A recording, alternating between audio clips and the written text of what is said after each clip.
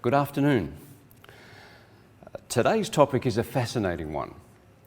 In fact, it's a topic that surprises many people when they consider the very amazing evidence for this topic, the topic being the impact of God on health. Just before we delve into some of the research on this, I want to spend a little bit of time reviewing some of the key points of what we looked at in previous sessions. You remember we looked at the topic of what is health, and we considered that it wasn't just the physical aspect, which so many people think. It also involves the mental, the social, and the spiritual. And so together we need to look at all of these factors when we're trying to strive for total health. We also looked at the purpose of health, and we found that it wasn't just optimal functioning, although that is a good thing. Wellness, that is good as well, but there's more to it. There's longevity. There's a capacity to contribute and also pursuing meaning. And in the previous session, we delved into some further questions which relate to this issue of activity and pursuing meaning. And so those key questions were, what is a purpose? What is your purpose in life? What are your values? What are your goals in life? What do you spend most of your time doing? And how do you want to change the world? And as we considered these, we realised that, as has been presented in other sessions by Peter, is that we didn't arrive here by accident. In fact, there is something very special about humanity, and that is that we are created in the image of God. And so we noted some texts that when it comes to purpose and meaning, the book of Matthew tells us, but seek first his kingdom and his righteousness, and all these things will be given to you as well. And we also noted the passage in 1 Corinthians. So whether you eat or drink, or whatever you do, do it all for the glory of God. And so when it comes to this whole topic of purpose and meaning, we can see that it's not just the trivial, it's not just the urgent that so often takes up our time, but there are things which are much more significant that actually inform us and can actually motivate us with purpose in life. Well, we've spoken a lot about God. We've spoken a lot about spiritual health. Well, I think a very important question is, what type of God is it we're talking about? Now, of course, Peter has already mentioned some very important aspects of God, and with the very important topic of suffering. But I just want to touch on that again, that the type of God we're talking about actually makes a big difference when it comes to the impact of God on health. See, some people have the idea that God is a vengeful God, a harsh God, someone who's just looking out to see what he can possibly find that you are doing wrong so he can basically zap you or make life very difficult for you. Unfortunately, many people have been hurt in the name of God. That's a tragedy. And that's very unfortunate. But that's not the type of God that I'm talking about. The type of God I have in mind is one who loves us, one who has an interest in us, one who wants us to be happy, one who wants the best for us, who wants us to enjoy optimal and total health. And so, having, I guess, established that groundwork, the question is, well, does belief in God affect health? A question that we don't actually consider very often. I've got to say, as I was doing my medical training, something that was never considered. As I then continue in professional development, something which is very rarely spoken about. The question is there good evidence in good medical journals that are peer-reviewed that says that God has an impact on health? Well, there's a fascinating paper that was written some years ago, authored by Harold G. Koenig. Koenig is Professor of Psychiatry at Duke University Medical Center, and he has written over 280 papers in peer-reviewed journals. He's a world authority in this area. And he published a fascinating paper in the Southern Medical Journal in 2004 entitled Religion, Spirituality and Medicine, Research Findings and Implications for Clinical Practice. Now, in that paper, he reviewed multiple other papers on this topic, and he examined whether there's certain trends and summaries that he could come up with from the established research that was already there. And it was interesting, his findings because he found not only one or two benefits of religious practice, but rather multiple benefits. So I'd like to just run through some of these in turn, and some of these I'm sure will surprise you. Okay, first of all, less anxiety, less depression, faster recovery from depression, less suicide, more social supports, greater hope and optimism, more purpose and meaning in life. Although when we reflect on these, it's probably not too hard to imagine why these conclusions might indeed be. In terms of anxiety, depression, we certainly know that spiritual health can have a major impact. We've spoken about the power of gratitude. We've spoken about the power of positive emotions on affecting our genome, on our epigenetics, and how it will actually then result in physiological expression. And so as a result of that, we can actually have better neurotransmitter function in our brains, less anxiety, less depression. Interestingly, faster recover from depression. But when we also consider that there is a God who loves us, who cares for us, who wants the best for us, then it makes perfect sense that those who have the benefits of religious practice will have greater hope and optimism, that there will be more purpose and meaning in life. Talking about positive emotions and religious practice, you recall that we looked at a text in our very first session in Galatians chapter 5, which was speaking about some of these positive emotions, the fruits of the Spirit. But the fruit of the Spirit is love, joy, peace, patience, kindness, goodness, faithfulness, gentleness, and self-control. And as we look at those, and maybe take a moment to reflect on those, they are characteristics, these are emotional, these are positive emotions that I'm sure that every person would love to have. And the beauty is that they are an outflow of positive religious experience, certainly within a Christian tradition. But Koenig went on and he listed further benefits of religious practice. And here we can look at specifically some of the physiological ones that he found. Improved immune function, lower death rates from cancer, less heart disease, improved outcomes from heart disease, lower blood pressure, less cigarette smoking, more exercise, better sleep, living longer. When you consider these benefits, they're just absolutely astounding. They're the type of things that should be taught in medical school. They're the type of things that we should be looking at in further clinical practice, which is interesting. It's exactly a point that Koenig makes at the conclusion of his paper. He argues that there is increasing evidence that religious practice makes a major impact on health. Moreover, he argues that clinicians should be made aware of this because so often clinicians aren't aware of this. And so it almost begs the question that as a doctor, then if I have a patient who comes in with any of these conditions, and that's a lot of people have any of these conditions, then perhaps I should be discussing religious health, spiritual health, and religious practice with these people because the evidence in the peer-reviewed literature is saying that religious practice makes a difference and can improve their health. Now, Koenig concluded through the different papers that he had reviewed and he had synthesized and meta-analyzed. He said the effect for regular religious attendance on longevity adds an additional 7 years to the lifespan. Now, that's significant. There's very few interventions that are going to do that. So purely from the health angle, look, I believe there are many other benefits, obviously, and a truth and reality about it, but religious practice certainly makes a big impact on health. At this point, it would be worthwhile just to pause for a moment because there's a few questions that I think it'd be very good for us in groups just to pause and examine for a moment.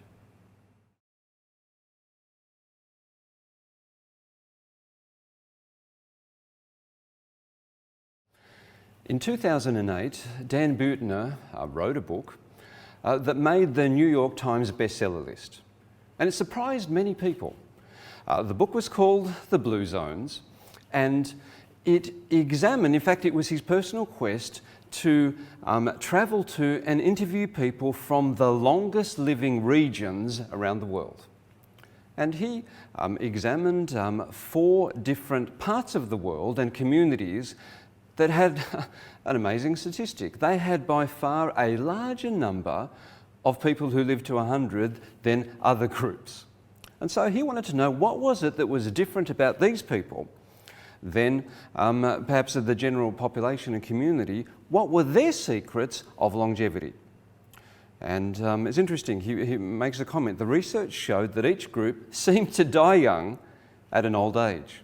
And I think, well, look, if mortality is the fate that we eventually have to face, well, we'd much rather do it young, that is physiologically young, feeling energetic, rather than having many years of debilitating illness and feeling unwell. And of course, the old age bit is fabulous as well. I think the 100 sounds attractive, and who knows, the way medical science is going, maybe there's an opportunity that could be a bit longer. But in any case, Dan looked at those communities and examined. Now, one of those 4 communities was a group that has had many studies done over the years. It was the Seventh-day Adventists, particularly in Southern California, around particularly the Loma Linda area of California. And Seventh-day Adventists are very health conscious as a group and have been the subject of many dozens of studies that have been published in peer-reviewed journals to examine what is it that is different, because they are known to live longer than the average in the population. And so Dan was no different. This was one group he identified as having an amazing longevity that was really quite remarkable. And so he then spent quite some time there in Loma Linda, California, meeting with some of the very elderly people, discussing, doing his analysis, looking at the studies that had been published on Seventh-day Adventists, and coming up with his list of recommendations, because in his book he has blue zone secrets and recommendations that we can all adopt in order to increase our lifespan. Well, let's run through briefly his secrets that he discovered. Well, the first one is a fascinating one: find a sanctuary in time. One of the things that sets apart Seventh-day Adventists, and I guess it even says it in the name, the seventh day is a special day, a Sabbath, where Seventh-day Adventists come apart from their usual activities and spend time in community, in worshipping God, and also in rest and relaxation. So it's a time of recreation, of regeneration. And it's fascinating that Dan Buettner found that this sanctuary in time, in fact, it's the first thing that he lists from this group as being something which is significant in terms of longevity. Now, we can speculate on the physiological reasons why that may be, and I think part of the answer would be that as we unwind from the stresses of the week, our cortisol levels will decrease. Our hormonal and endocrine balance will come back into an optimal range. Our physiology will have a chance to regenerate. But more than that, when we connect with God in a special way, then that's going to also impact on the way that our mental attitude is, our gratitude, our positive emotions, and as we've noticed, they can have a very serious impact on the way that our physical health can go. The next thing is, he said, to maintain a healthy body mass index. So in other words, maintain ideal weight. We know from studies of longevity, those who maintain the ideal weight are going to, on average, live longer. We know that obesity is something which is associated with shorter lifespan. In fact, in the sessions that we've had thus far, we've covered a lot of different topics. We haven't specifically addressed obesity, but part of the reason is that if we adopt and follow those lifestyle principles that we've spoken about, optimal weight management is going to be a natural byproduct of the things we've been talking about. The next point is get regular, moderate exercise. Now, this is something we spoke about the importance of in our previous session, and there's no question that it is something very important. The next thing is to spend time with like-minded friends. And you remember that when we speak about total health, one of the 4 principles is social health. And that's something which is often neglected as well, that it is important to have quality relationships with other people to share positive emotions, and if they are like-minded in many of the things that we also hold dear, then that is something which can actually encourage those positive emotions, and we actually feel a lot better being in a social group like that. And it's interesting that this was one of the secrets that Dan found. The next thing is he said snack on nuts. Now, that may sound strange. Why snacking on nuts? Well, when they delved into the research, those who actually did eat nuts most days of the week found that the heart disease risk actually decreased quite significantly. So interesting, snack on nuts. Certainly a lot better than a lot of the other junk food, which often substitutes. The next one is give something back. And this comes back to, we spoke about purpose as being something very important. And when we consider life and meaning, it gets awfully lonely if it's all just about us and simply what we want and ultimately what is selfish. One of the great joys in life is making a contribution and contributing to the welfare of others and making a difference in the world. Certainly something that was found to be true in the blue zones. The next one he said was eat meat in moderation. Now, this is an interesting one because this book was aimed at the mainstream, I guess, the majority of which who would be eating meat not in moderation, but actually in quite significance. So he was actually going towards a point of view of decrease your meat consumption. He actually did make the point that those who actually decreased it the most, in fact, even gave it up altogether and went towards a vegetarian lifestyle, actually did even better.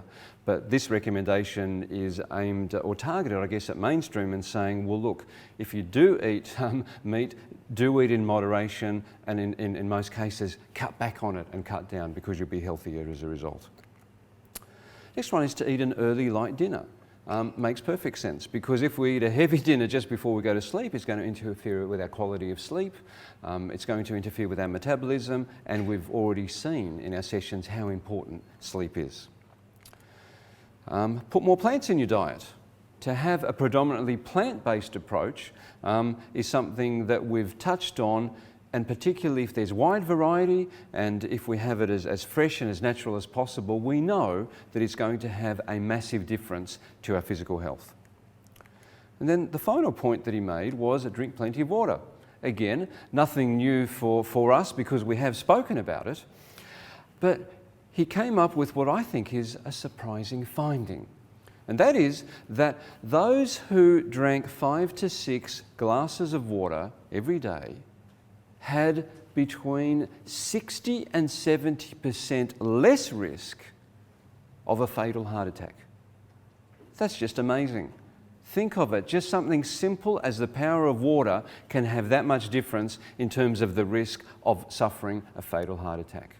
Absolutely fascinating. So when we look at that, we can see there's a lot of principles there that can make a huge difference in contributing to longevity and also overall health. Well, then there's an important question here. Now, we've spoken about some of the positive attributes and the positive effects of having that God can have on health. But the question is, are there any negative health effects of believing in God? It's a very good question, and some people pose this at times. And interestingly, there has been a study done on this, and it's recent. It was reported in the Journal of Religion and Health, April 2013. And this study looked at 3 groups of people who believed. Now, one group believed that God is benevolent or loving. Another group believed that God was very distant, uninvolved. And the third group believed that God is an angry, vengeful God. Now, did that belief or that perception of God make a difference to health outcomes? Well, this is what they looked at. And they concluded that those who believe in an angry, vengeful God are more likely to suffer from, and they've listed here, from social anxiety, from paranoia, from obsessional thinking, from compulsions. Now, these are looking at mental health. But what is interesting, as we have discovered, and the study wasn't one that evaluated the more, I guess, physical parameters that we've looked at just a few moments ago. What we know, though, is that if we have some negative emotions which come out of it, what happens? It affects our epigenetics. It's going to affect our physical health. It's going to affect our physiology. And so we can quite reasonably extrapolate that a negative view of God, or rather one that believes in a harsh, vindictive God, is going to have an impact which is going to be negative on our overall health. But I think what is very reassuring, and I think very positive from a Christian perspective, is that the Christian scriptures, the Christian Bible, give us a picture of God. They paint a picture of God which is very different from the harsh, vindictive that can be so negative in terms of health effects. So let's have a look at this passage in Psalm 86. But you, Lord, are a compassionate and gracious God, slow to anger, abounding in love and faithfulness. So a God here painted as what? Compassionate and gracious. Slow to anger. What? Abounding in love and faithfulness. A lot of different positive features there.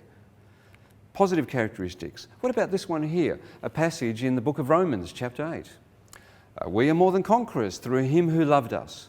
For I am convinced that neither death nor life, neither angels nor demons, neither the present nor the future, nor any powers, neither height nor depth, nor anything else in all creation will be able to separate us from the love of God that is in Christ Jesus our Lord.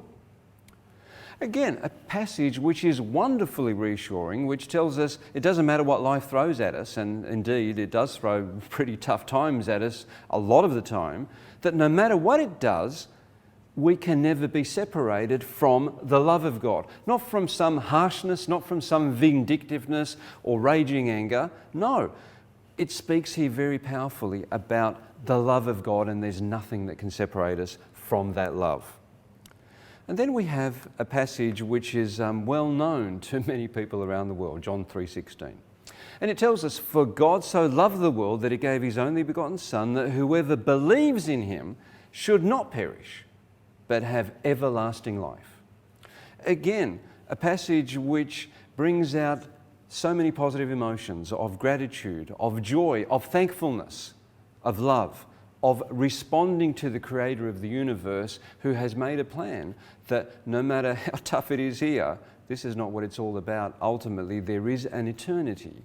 There is an eternal life, an everlasting life that we are invited to be partakers of, that we're invited to participate in.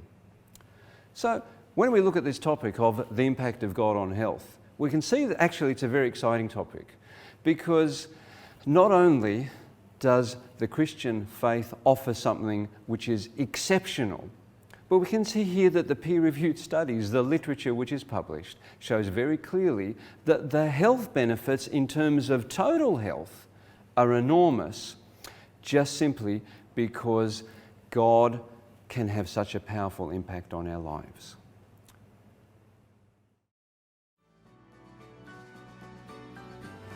I look forward to being with you tomorrow when we deal with our final session, but a very important session, Walking the Path to Health.